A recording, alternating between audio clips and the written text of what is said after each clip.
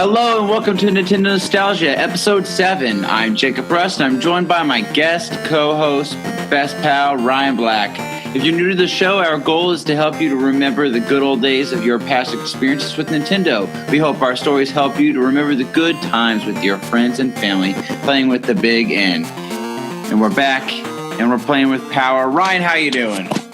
I'm doing great, man. I'm just recovering from a major ear infection, so I'm feeling a lot better than I did a few days ago. I'm great.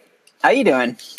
I'm doing all right too. I'm recovering myself from a work accident yesterday. I had a giant. It was literally the very end of the day, and I was picking up a door, and because I work with wood all day long in a warehouse, and I was picking up a door, literally one of the last doors, and we were done. And the door slides down my hand, and there's a loose piece of wood on it, and it shoves right down my right thumb, all the way down to the bottom, in between my fingernail. It was between my fingernail, down my fingernail.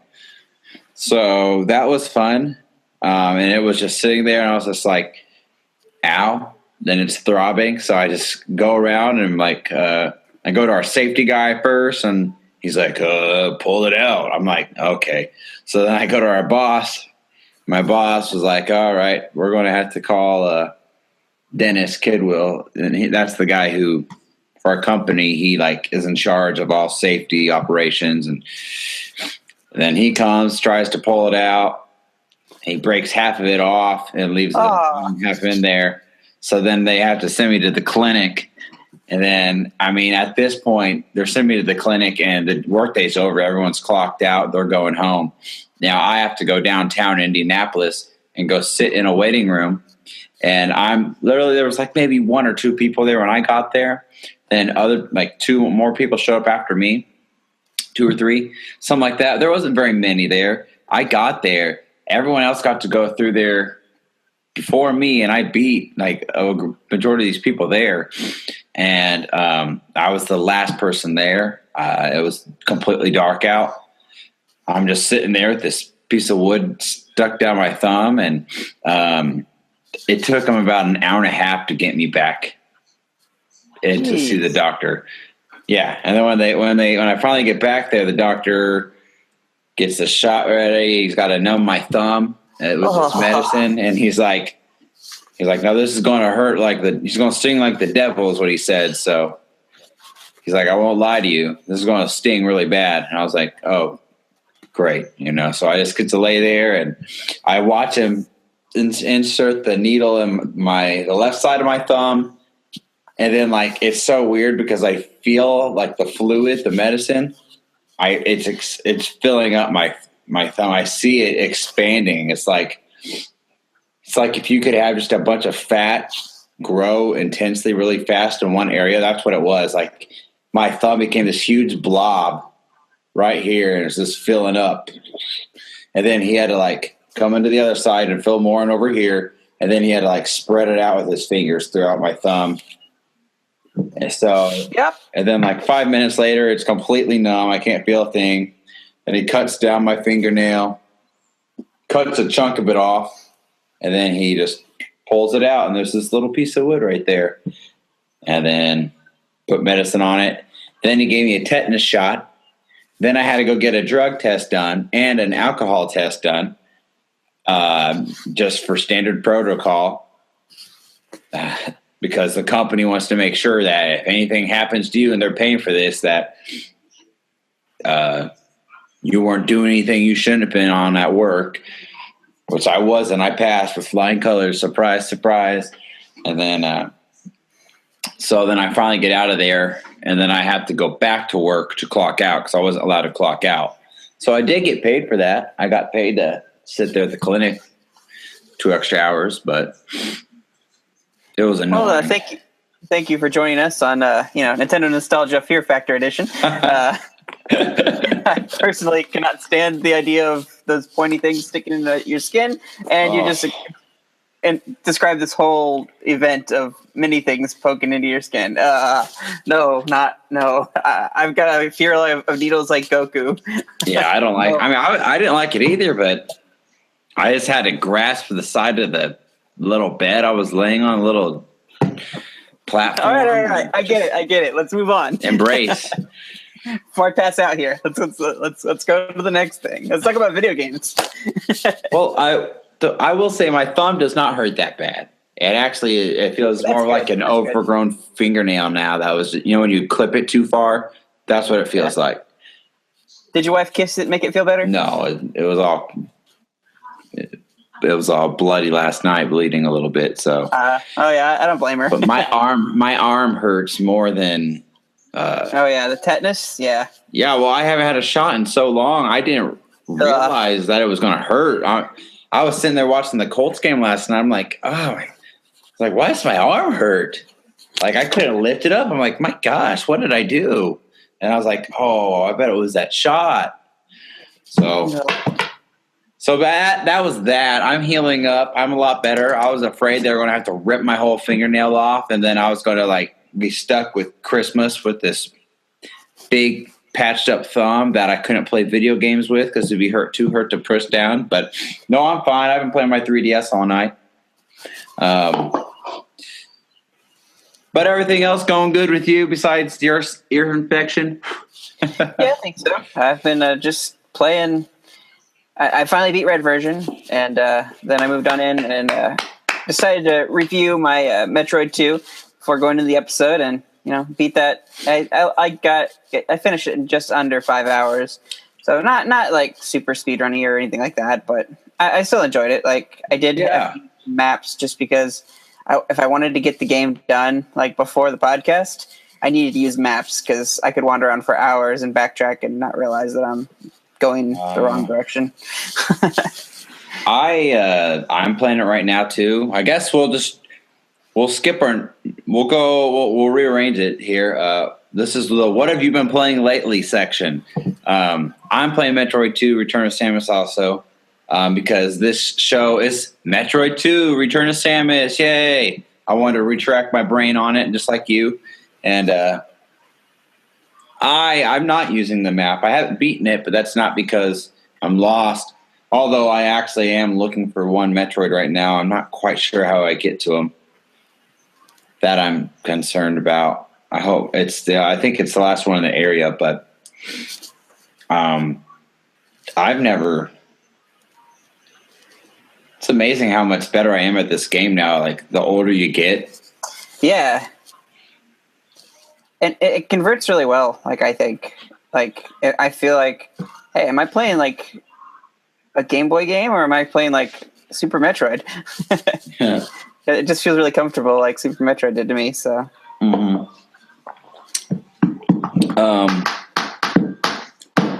Anything else you've been playing, man? That's really all I've been playing. Not much else of that. I think Pokemon and Metroid pretty much sums up what I've done this week.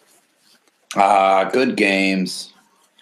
I'm sure you all have played them if you're listening to this podcast. But I want to get into something a little bit more exciting. I want to talk about the new Legend of Zelda trailer from last week. If you don't know, there was a new trailer released by Nintendo at the Game Awards. And then there was a little live footage shown as well. Man, I saw this, and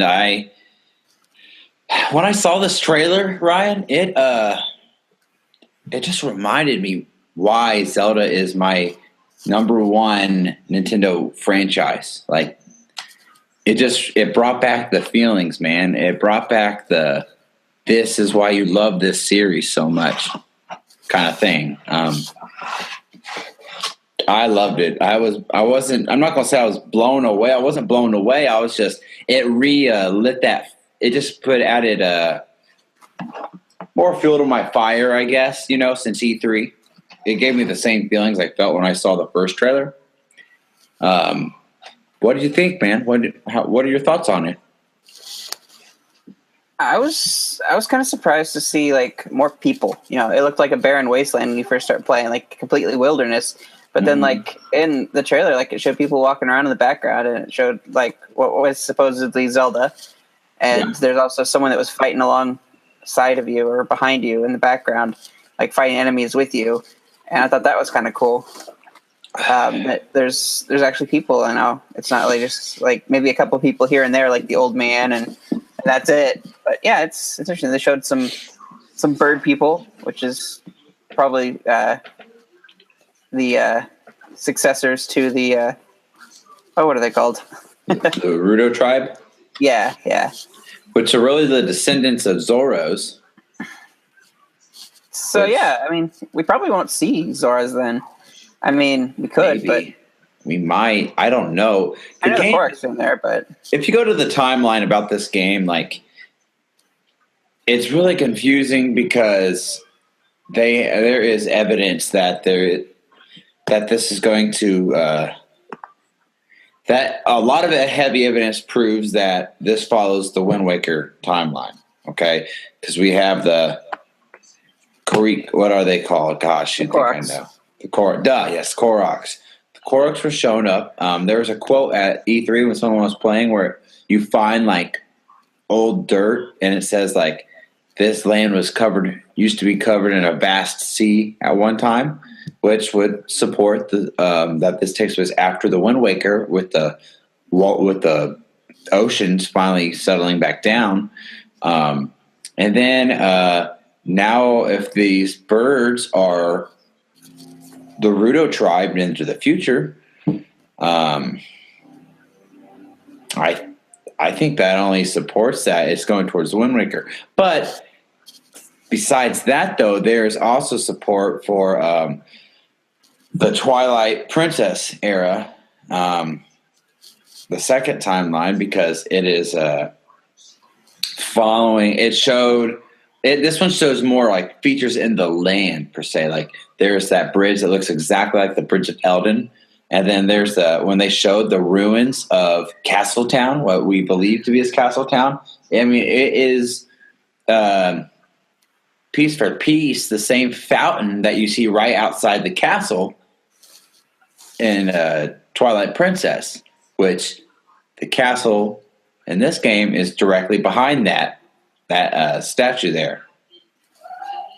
You know what I'm talking about, the fountain? Yeah. I always wonder if like people are trying to guess, is it this timeline or is this timeline? What if it's actually the third timeline, but in a place such that there was a Wind Waker type flood in that timeline, or something weird like that, and then like there was like a Bridge of Eldon type thing, but it's actually completely separate from the two that we're thinking it is. Like a twist like that. I don't know. It could be. It could be anything. I mean, that very well. I mean, that could be a possibility. I kind of think they're going to try to merge the timelines back together. I don't know how they would do that. I really don't. But I think I would actually be in support of that theory because I would like that to happen so that we can just stop the whole argument of, it's going to follow this timeline or they're going to follow that timeline. I'd rather just do one timeline.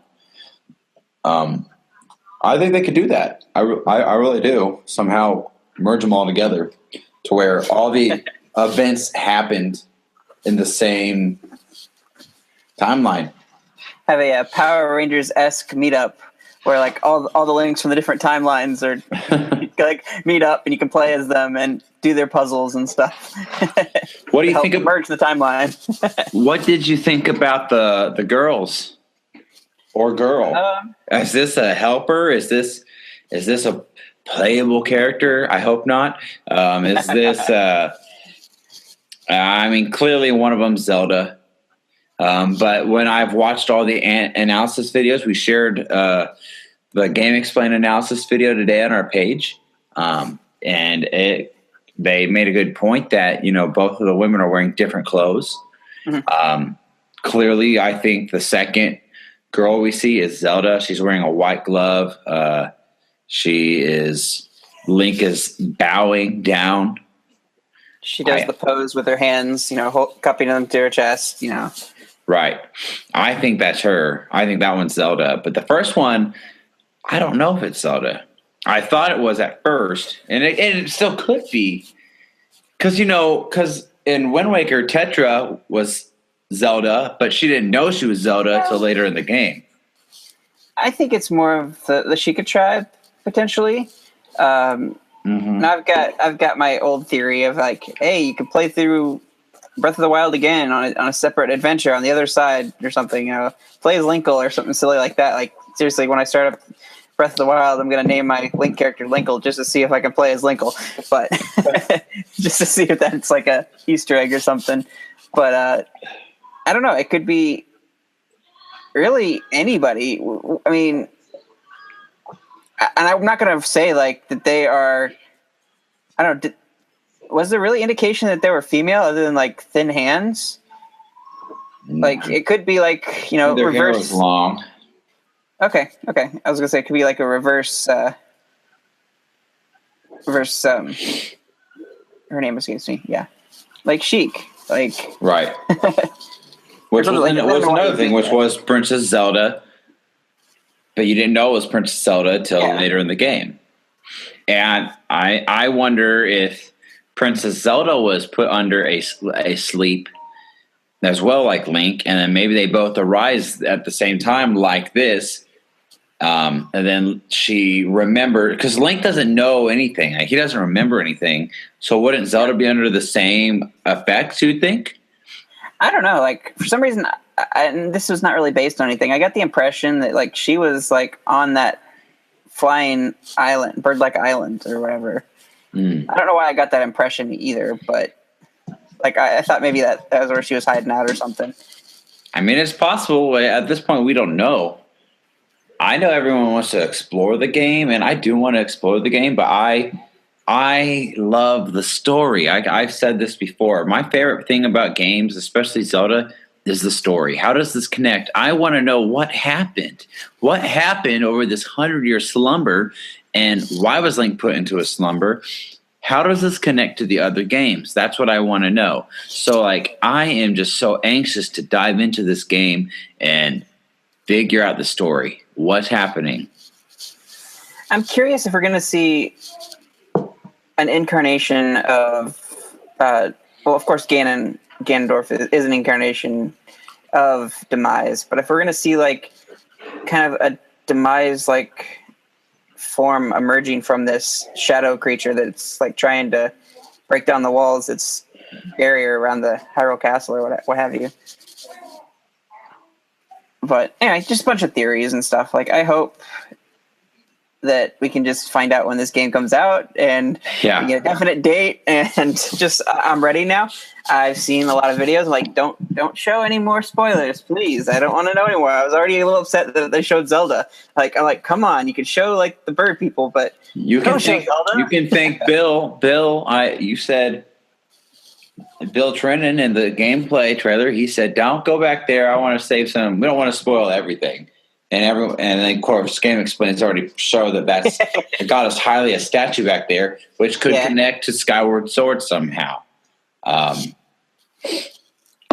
So I don't know. I'm excited. I'm a little nervous too because this game. Not that I want an easy game, but you clearly can tell this is going to be hard. Like I don't know. Enemies. I always hate to die. In my mind, I'm always like, I want to beat this game without dying once.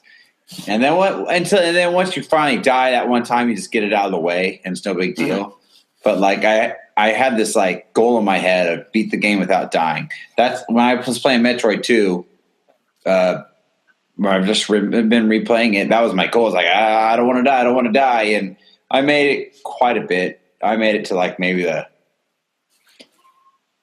I wasn't that far, I guess. I made it down to the second level before I actually died, and then I died like 5 times in a row. So because I had saved the game and I had low health, so when I would die, I just respawn with low health. So I had to like be very careful and work to rebuild my health back up. But so well, we can talk about this. The Amiibos were announced about their functionalities of what they are planning to do with them in the in the Breath of the Wild. Did you see that? I actually didn't see the full article. I saw like a picture of some treasure chests and like some items laying around them, but I didn't look into full detail around it. I don't want to see these spoilers, but that's something like I kind of would like to know about. like I never took the time to sit down and watch what it did. Like I heard someone throw out there that was like random items that can come from the chest. I don't personally have those amiibo yet. I may regret it if I don't pick them up soon, but I'm not buying for myself right now. I'm buying for other people for Christmas. So if I get them, cool. For Christmas. I haven't put them on any lists or anything, so. I want to see I saw it. I read it this week, but I want to look it up to make sure I'm exactly right. I know that, basically they each have different functions. I actually got a chance to see those amiibo before the launch date because I was there when they opened up the box at GameStop when they're going through their shipment, and I got to see those. That was pretty cool. Just see a little sneak peek before they hit the shelves. Oh, nice. It's the benefit, I guess. Okay, here's what it says. I want to tell you what they do. It's not a spoiler. It's just what the amiibos do, okay? Ocarina of Time Link will, if you drop him, you randomly select, he'll drop a randomly selected amount of meat from the sky, which is really good because that meat replenishes your health. And if you've seen it, like one hit can take down 7 hearts, so you're going to need a lot of meat. Toon Link rewards players with a random amount of fish, so another source of food. And 8-Bit Link rewards players with random number of barrels, whichever, I don't know what you want to do with barrels. You might be able to use those objects to unlock a secret or something. Or maybe they'll bring items with them. And then it says the Wind Waker's Zelda, Princess Zelda from the Wind Waker will earn you a random selection of plants, which could be used for healing or something, I assume. Huh. Okay. And that's something you can do like daily? Like you can drop them in daily and get those items, or is it like a one shot only, or? No, I think you can use them as often as you need to. Okay. That'd be handy.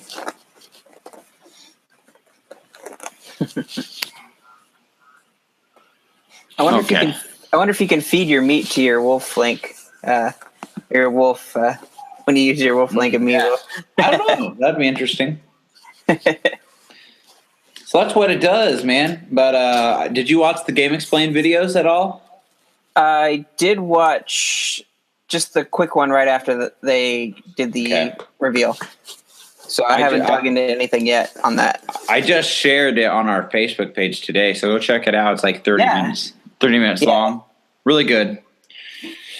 It's really good, yeah. But no, I'm excited for this game. And just speaking of news, Switch news too. Did you see about the dock today? They announced that, or someone leaked that it's supposed to support boost play.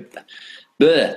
It's supposed to boost the power of the system when you play it from the dock onto the TV. It's rumored still. Right, like USB-C. It's supposed to help like up that. It doesn't up the graphics necessarily, but it helps it run a little better, I think, is what they were saying. I thought it was going to make it should be 1080p for sure on the TV is what it would do. Okay. Because the screen's 720. Yeah. So fingers crossed for the specs and everything to be perfect on the TV and the battery life to be awesome. But you know how close we are right now to that video? It's almost a month away now. So oh man. Enough. I'm really excited about it. It's really. I don't know anyone who isn't excited about this that knows about the Switch and is like, I'm going to get it from day one. Sure, it's really exciting to me. Like I'm counting down till Christmas, and I'm really excited for Christmas. But it's so cool to be like, oh, I got something like happening basically right after Christmas.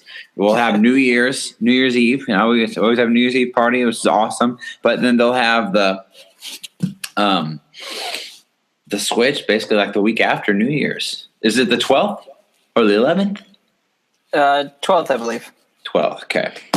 And it's a live event, so I mean that's going to be one of those ignore media all day long type of things till I get home from work. Man, just take off work for that, man. I don't have any vacation time. I know. You used it all. It'll be a new year. I mean, you'll have new vacation time, right? Technically. I don't know if I would have accumulated within a week's worth of work. So, but yeah, I'm excited. It's around the corner, and it's looking good. Right now everything is still rumored, and we don't know everything that's going to happen with it and what's expected from the system. But I think there is stuff on the horizon that people don't have a clue. Everyone thinks they got it put down a list of all the games, of all the ports, whatever they think is coming, but they don't. I really think that there's going to be a couple of announcements in there that it's just going to blow everyone away. I really do. I think there's going to be a couple of game reveals for sure. I think they're going to announce all the games coming out within the next year. Oh, I'm saying we've heard ports and stuff, but I'm thinking we're going to get a couple what? I didn't even know that was coming. I know there's a lot of leaks out there right now, so that'd be kind of disappointing if that was it.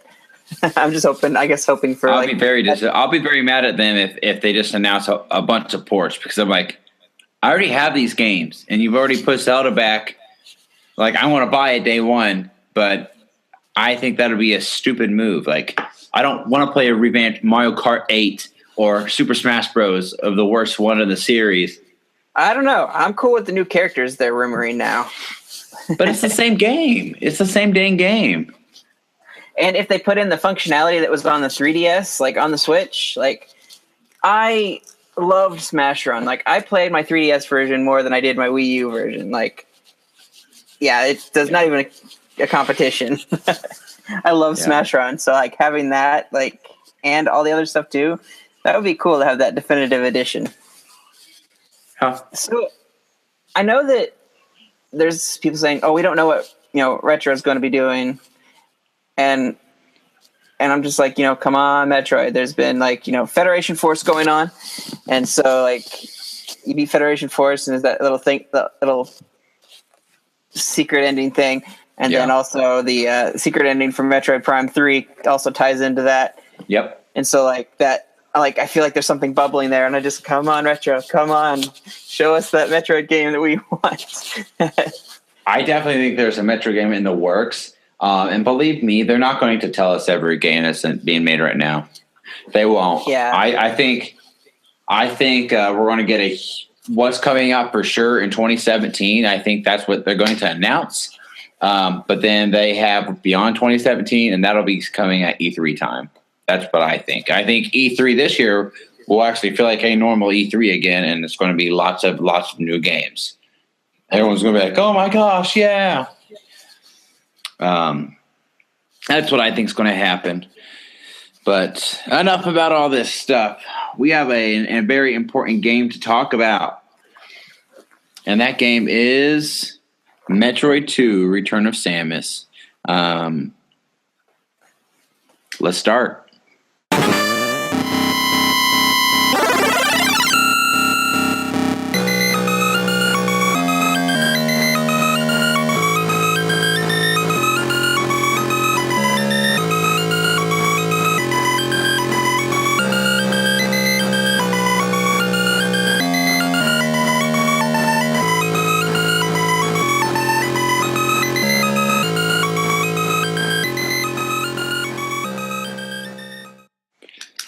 Okay, so Metroid 2 Return of Samus was released in North America. I don't have the specific date, actually. It just said I could only find November 1991, and it was released for the Game Boy. It did come out in America first before Japan, and Europe came out here first, which is pretty cool.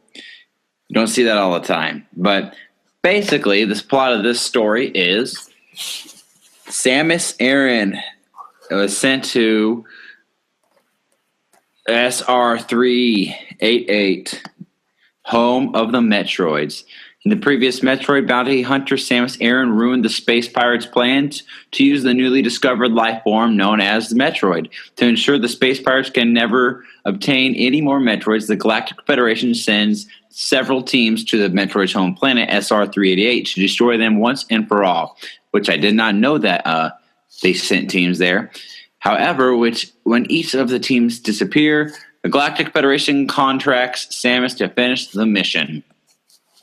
So basically, yada, yada, yada, you go down and then you're going to work your way throughout the planet and you're going to destroy all the Metroids that exist. Now, that's just a quick summary of the game, but I want to know, Ryan, what was your first experience with this game? When did you first ever play it? I know I know Super Metroid's like near and dear to your heart. Was Super Metroid your first Metroid game, or did you have experience with the original one and the second one first? Super Metroid was my first game, like Metroid game in the series. Shortly after I was playing Super Metroid with my cousins, I went to like a friend's like summer getaway place, and at their like lake house or like their clubhouse type thing, they had an arcade unit that had the original Metroid. And I was like, this is just like what I play with my cousins. It's only like 8-bit or something like that, you know? Yeah. And then I actually heard about Metroid 2 from you, but I didn't know it was Metroid 2. And I was actually really surprised when I figured out what it was, because you were talking about like clowns, and I'm like, what are you talking about? Like, what game were you playing? For the longest time, I didn't know what you were talking about. And then I didn't know that it actually correlated with Super Metroid, my all-time favorite game. Like, I didn't know that. And then I was watching you play it one day. I'm like, that looks like a Metroid. Like, yeah, that's the clown thing I was talking about. Like, that's a Metroid.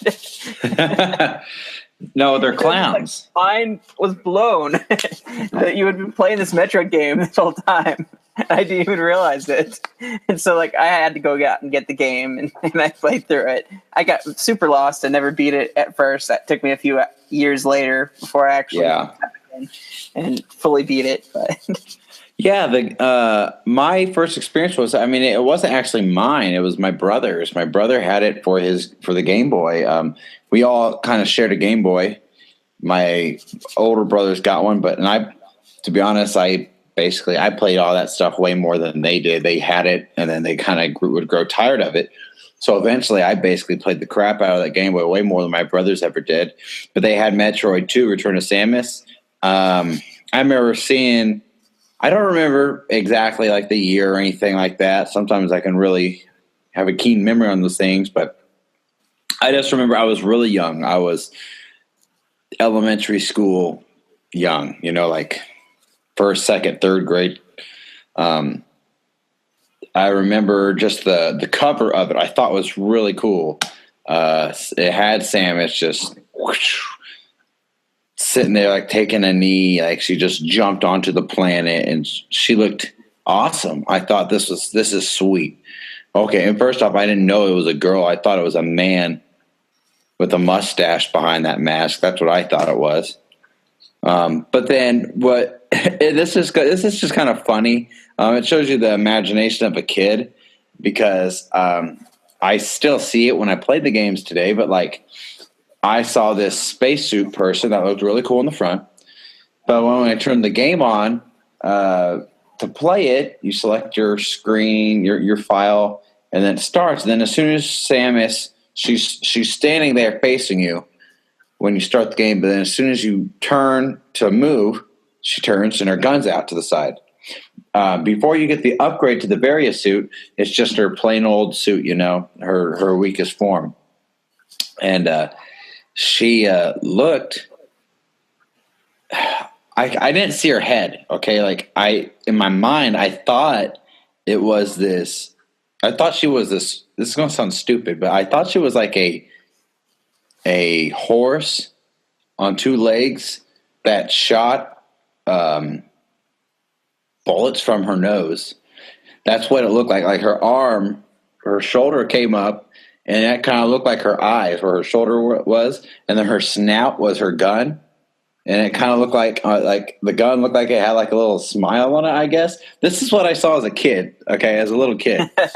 So I thought that's what the game was. I mean, and then the Metroids, and they still do today. Were the baby, the bottom form of them was, it looks like a flying clown head, and you say you don't see it, but I asked Kyle, and he says he sees it, and I'm just going to have to point it out to you. I'm going to have to highlight the pinpoints when they come out, when they break out of their shell. Which at the time, by the way, Metroid 2 is my first intro into Metroid. I really didn't know that Metroid was a series when I had this game. It was just a Game Boy game. Okay. To me at the time.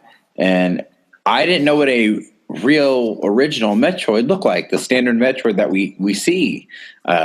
So now I understand when it is busting out of its standard form shell when it comes out to attack you. But it looks like a broken jack-o'-lantern with like a little eye kind of winking at you. That's what it looks like to me when it busts out of its shell. But now I realize, that's just a shell, and here comes the Metroid at you. Now, those are my first experiences with the games. We talked about in the Halloween episode, like, this game is very scary. And when I just rebooted up this game, I mean, I'm 26 years old, and I'm not scared of it, but I see why I was scared. Like, I remember, like, oh, yeah, this part used to terrify me, okay? This game is so different. It's really just an oddball compared to the rest of the games in the series. It's really odd, and it's odd in a creepy sort of way. It's not like the other games have suspense and there's more music to them, and it adds to the feels. But this game is just creepy on a whole different level. You still get that lonely feeling, like absolutely. You do. You feel that like you're on this planet, you're exploring it, and you're all alone. And it doesn't take much graphics to convey that. Like, and there's even like plot twists just through game mechanics, unlocking stuff. Mm-hmm. It's really cool, the story that they told, and I like that they introduced staples to the Metroid series, and they continue that with Super Metroid, like with the the space jump.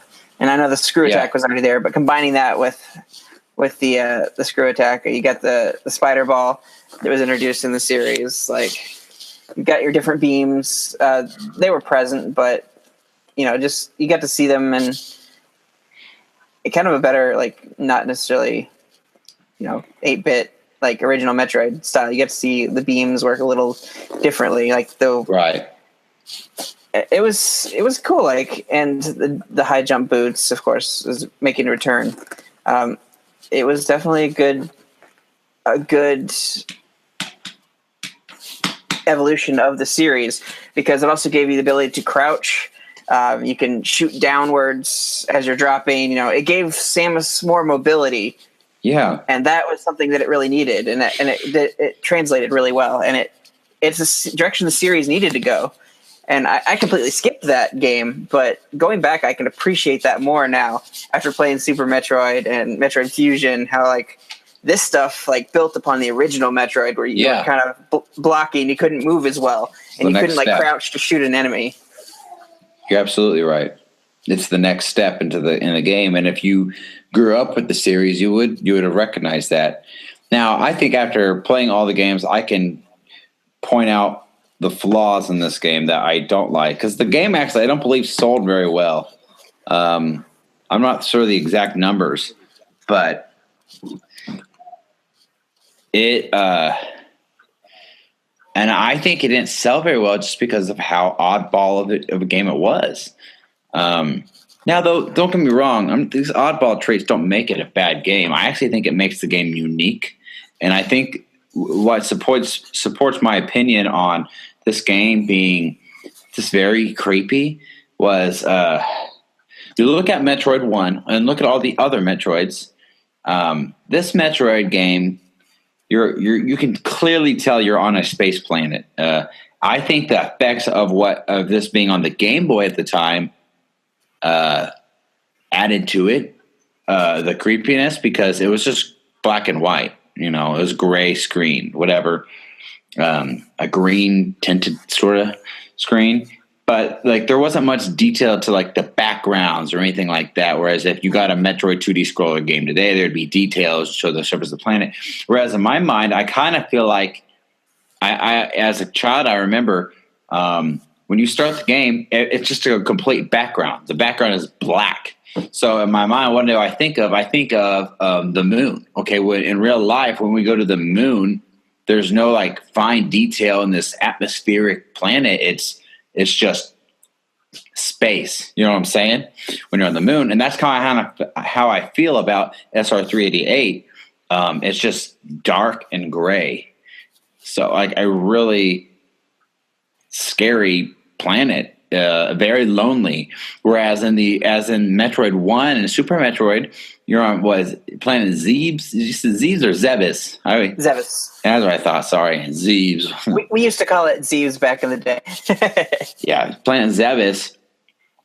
Planet Zebes actually had, and there is some technology in Metroid 2. Don't get me wrong, don't misunderstand me here, but Planet Zebes, you could tell, had a civilization on it beforehand, and even in the manga, it shows that. The Chozo have ruins there. They have technology. They lived there at one point, you know? So it wasn't like this deserted planet. Whereas I feel like SR3D8 was just this dark, cold rock of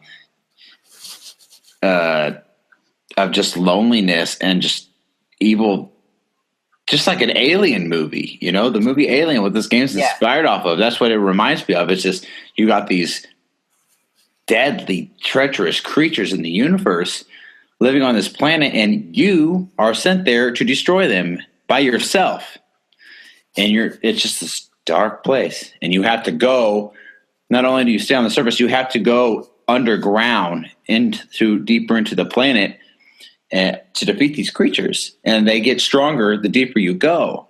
So that's one part to the factor. But now if you realize, Ryan, like, the music to this game, one, is not the traditional Metroid music. It was a whole different theme. And when you get down to the main hub to go deeper, plays a different song.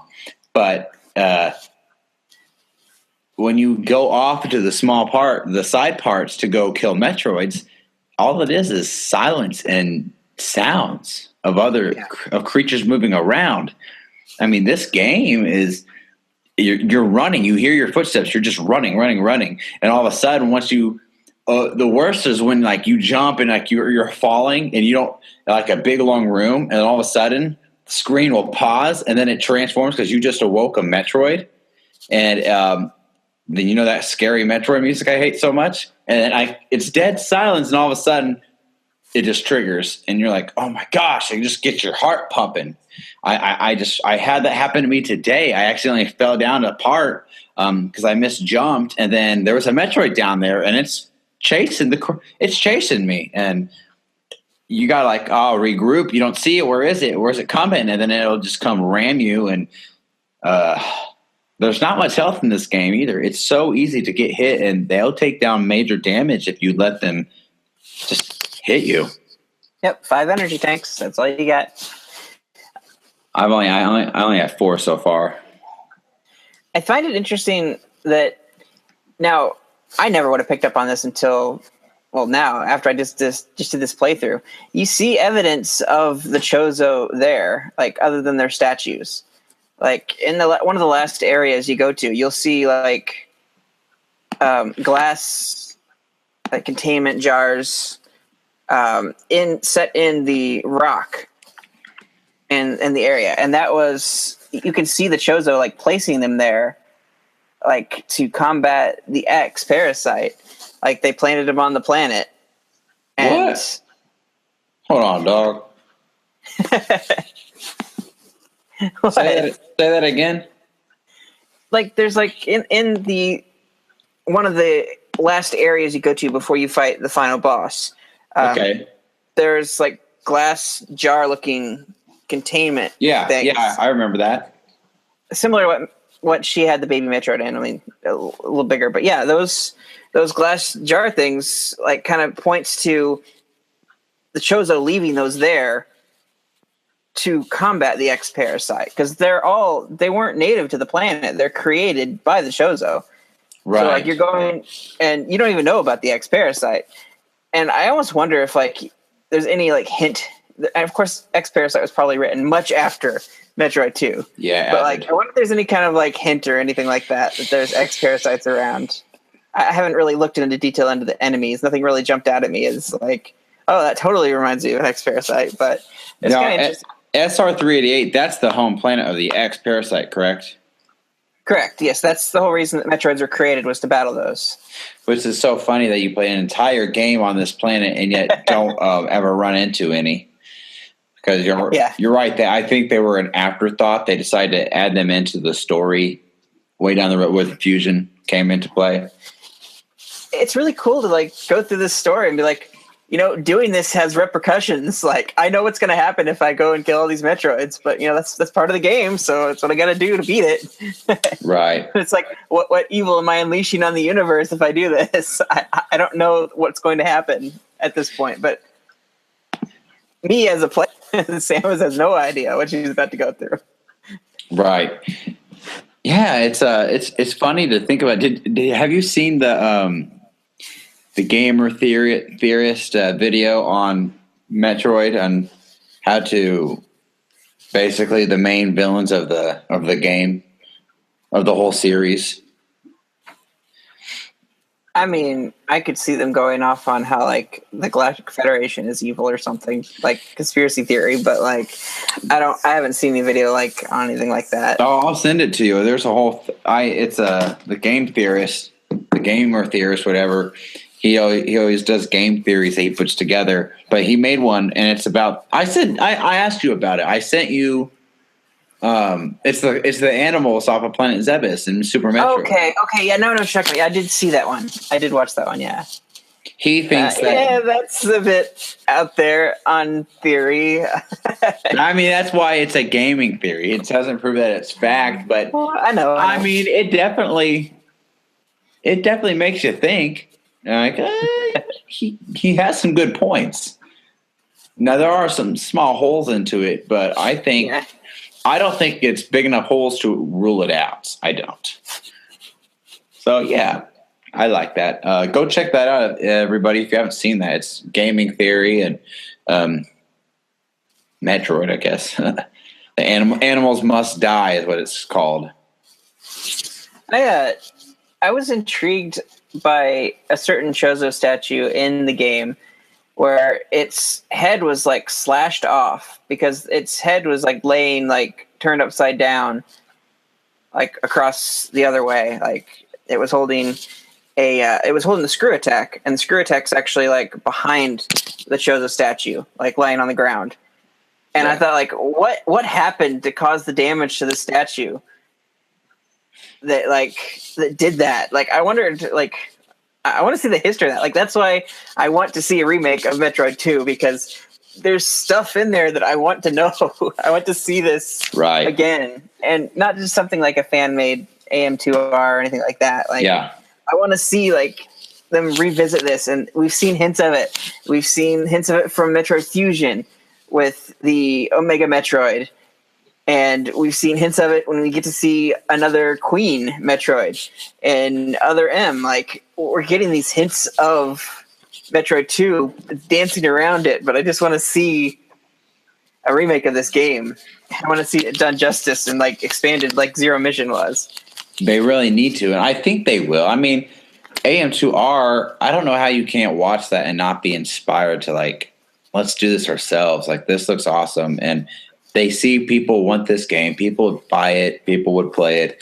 I want to know the lore. I want, like you said, when these games came out, it was the old days. I mean, the story came in the booklet, the plot, and they said a little plot, and that was it.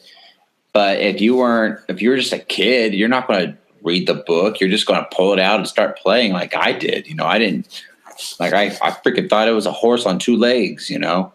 I didn't know what it was. And now that I'm older, I love the story. Like I said about Zelda, I love the stories of the game and the lore and how they all connect. You know, like why did they choose? Why did the Chozo come to SR 388? I mean, I know why they made the Metroids, but like, it's not the same planet as Zebes, so how do they even know about the X? They were exploring the galaxy, just like as us as humans want to explore, Mars and beyond. Like they were just exploring the universe and documenting what they found, and their scientists discovered the X parasite. And they're like, oh, this is actually really, really, really bad. They could destroy the universe if this got out. We need to create something to combat this. Mm. They never really do a good job of explaining how Zebes even, how the Chozo even like disappeared. Did they? Or is it in the comic book that they don't want to freaking release in America because they're too lazy to do that? I don't know that backstory. I'd love to know more about the Chozo. So if you do dig anything up on that, like, send it my way. Like, if anybody listening to this podcast knows more about the Chozo, I want to read more history on them. Like, I think it's sick. They fascinate me. I had a couple years back had someone, I don't remember how I got it, but downloaded the comic and I got to like read it on my computer, or at least skim through it. Like Ridley actually is like not a wild raging beast. He actually has a personality and can talk. He's intelligent, yeah. But you wouldn't know that by just playing the games. And he also like flies the ship and stuff. So he's got that intelligence to be able to pilot a ship. Yeah, he's smart. He's the freaking commander. He's the leader of the armies from Mother Brain. And it also helps that he has that, that scream that can control others. Yeah. as talked about in Other M, or described how it can take control of others and cause them to rally behind its causes and stuff. And, simpler minded creatures. I would say if I could compare this game to like another franchise, I'd say this game is like the Majora's Mask of the series.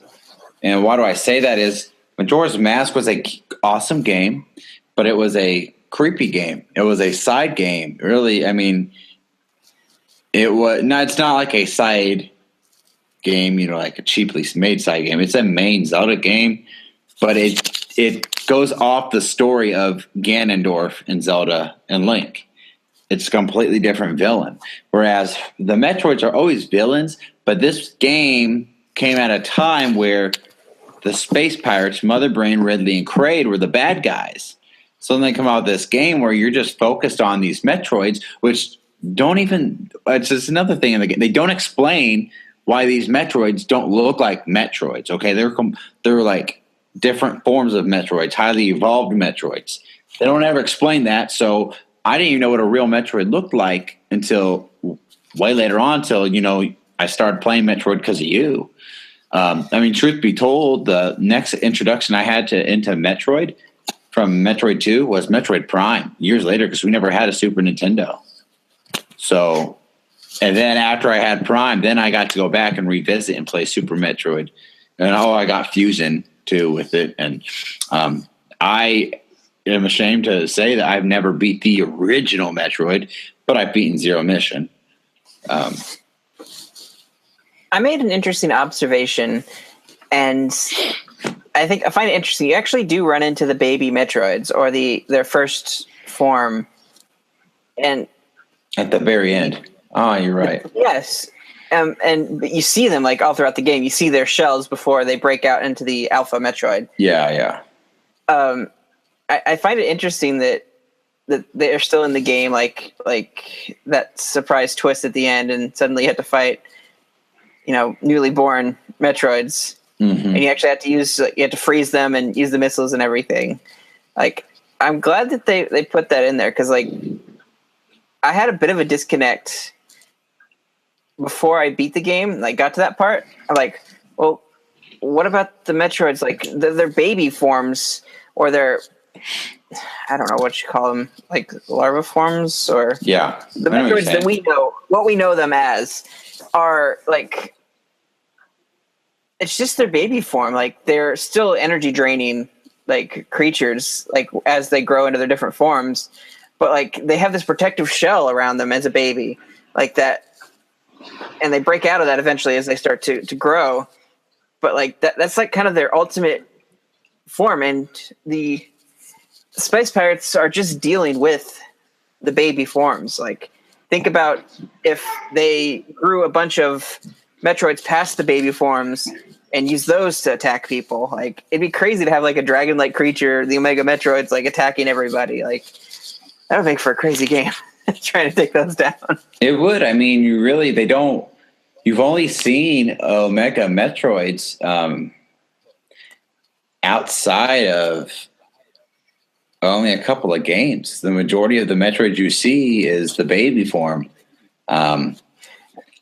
They do need specific breeding environments, and that's why it's harder to obtain them. That's why you only see like the baby forms when you're fighting the Space Pirates in most incarnations. Now there is, of course, the Queen Metroid that is replicated in Metroid Other M. But they went through all the stages of the Metroid to get there, and they had the correct breeding facilities. But the majority of what we're fighting are just like babies, essentially. And they're very baby dangerous. Metroids. What we all know as, they're just like not even their final form. Right. Well, Ed, so what would you say is the... this is a little bit off the main topic here, but explain to me about Metroid Prime. What's so different about Metroid Prime? I mean, it's a Metroid, but it's not... It wasn't like some... definitely didn't look like the Metroids in here that you see in the game, you know. It looks like a floating jellyfish. It is a mutation. It really is. It's a mutation of the baby form, I would say. Now, why they never showed any other form outside of that, like why the Space Pirates never got past the baby form when they're making like fission Metroids and what have you, like, I don't know. I can't answer those. Like, you just fight the baby forms most of the time. And like Metroid Prime is just like an evolution of that, with phazon radiation causing it to look like what it was. Isn't that the whole point of the game? There's a Metroid on this planet eating the phazon. It likes the phazon, so it's mutating because of the phazon. One of their test subjects tested really well with phazon, and phazon was a living entity, and it found a compatible host, and it grew that host, and it grew within the Metroid because it was a superior being, and it was using that to get more energy, and eventually it becomes its own thing with Dark Samus, you know. Yeah. It finds the most powerful being, even stronger than a Metroid, and becomes that form because it's trying to grow its. I mean, it's a whole entire planet that's living, like it's radiation, but it's also like living like intelligence too in some forms. So the Metroid. Yeah, this is confusing. But this is why I love it. I love this conversation. We're getting off topic. We're talking about Metroid Prime now. We'll say that for the Prime episode. Yeah. But back to this game. I mean, this game was it was something different. You know, it was really good. I just remember being scared of the environments, the music, and the Metroids are creepy. They're very scary looking, especially once you get deeper into the game. Why are we doing this episode in the month of December? Well, this is one of the games. Actually, I think of the whole Metroid series, I relate to the winter. You know, like there's just certain games you think of a certain time. For me, all the Metroid games that I've played in the winter. I played it around Christmas time or after Christmas time. And yes, I played Metroid 2 back on the Game Boy probably all the time. I don't specifically remember forgetting it for Christmas, but I didn't beat the game till I was about in the 6th grade. So around 2003, 2004-ish, that's when I beat the game for the first time on my Game Boy Advance. I just were you on like winter break or something? It was right before winter break. We were very close because I remember I beat it on my way to this solo ensemble I used to play trumpet in middle school, and I had this solo I had to play out at Pendleton High School.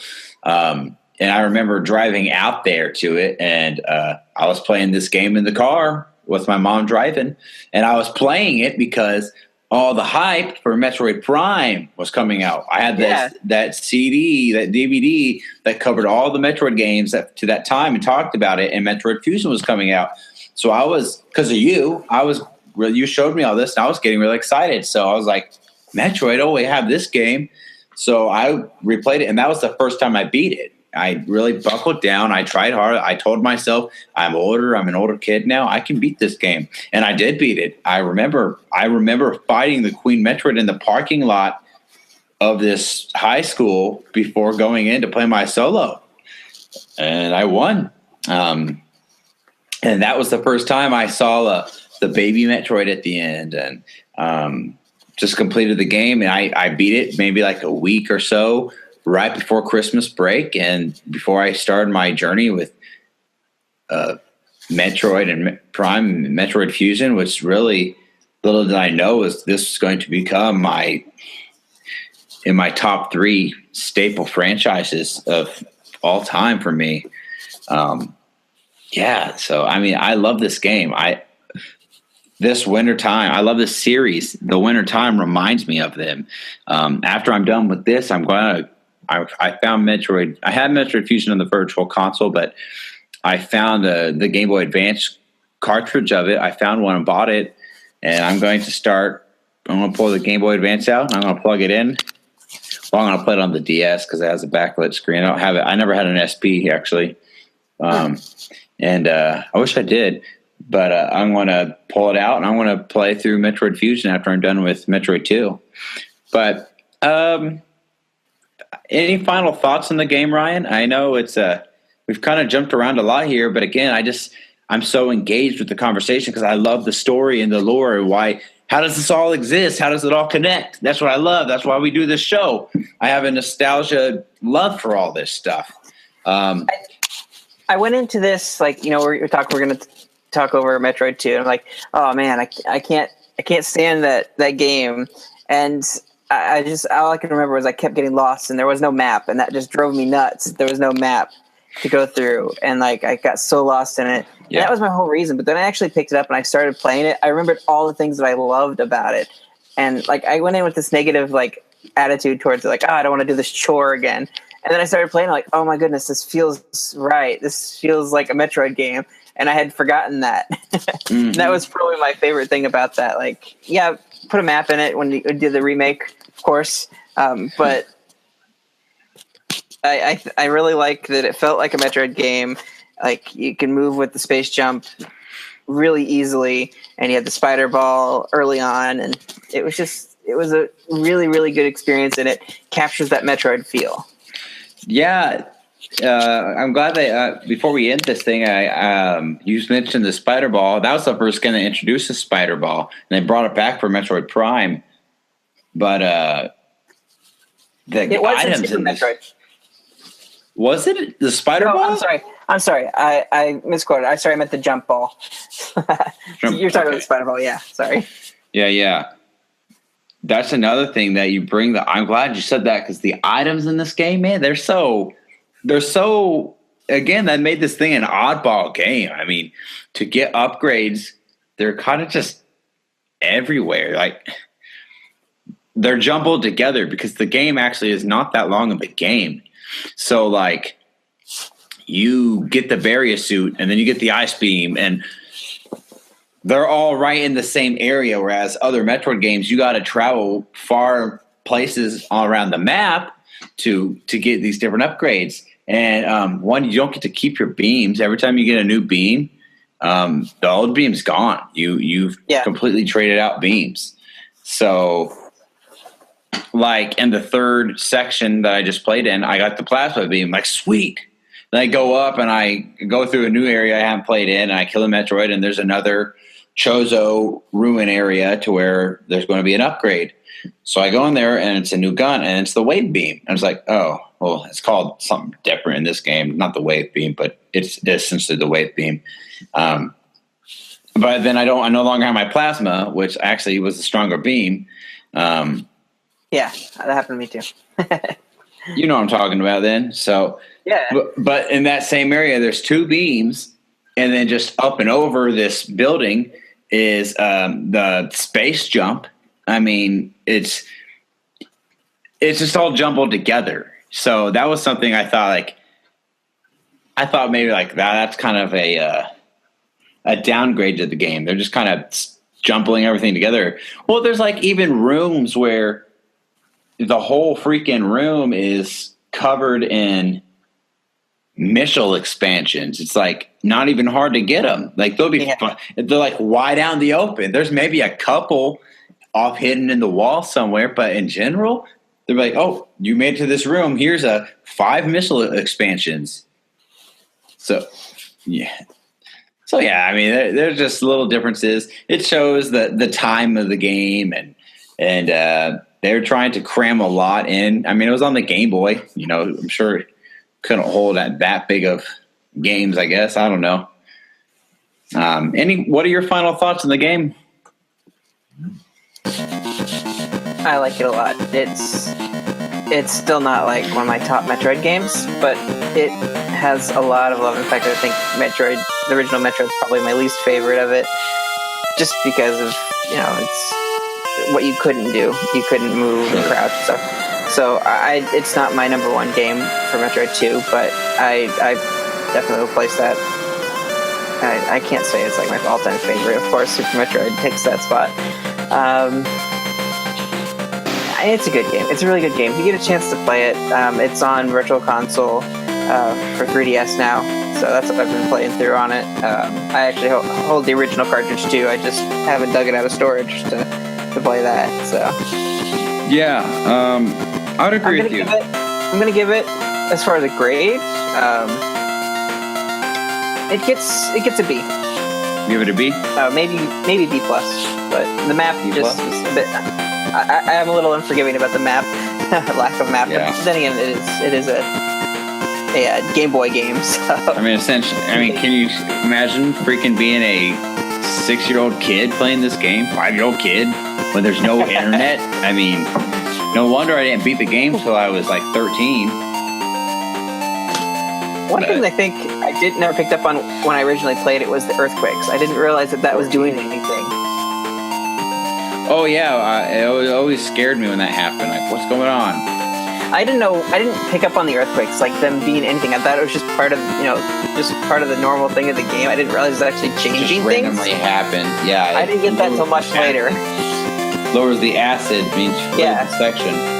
And not knowing that lowers the acid, like you're wandering around in the same area over and over and over again, like I can't find anything to do. And eventually I'll start backtracking. It's like, oh, I can go this way. Why didn't I see that the first time? Well, you didn't see that because there was acid blocking the way. But I didn't pick up on that for quite a while.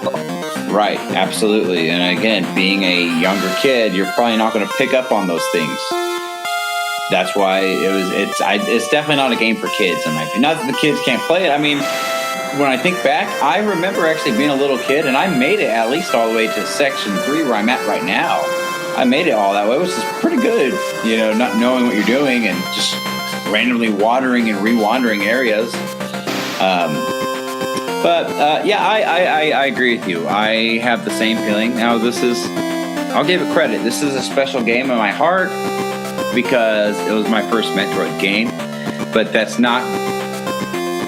still doesn't fix the fact that its flaws, I think, are really high, really big on the list for me to not make it a top game.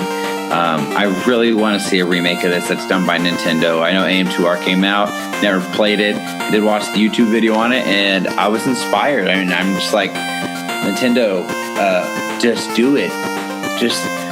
Heck, hire these people to do it, and so they can get it done. It's phenomenal. And now that I'm bigger, they really have an opportunity to expand on this game and the lore of this game and build it up. So I like it. I'll give it a C. I give it a solid C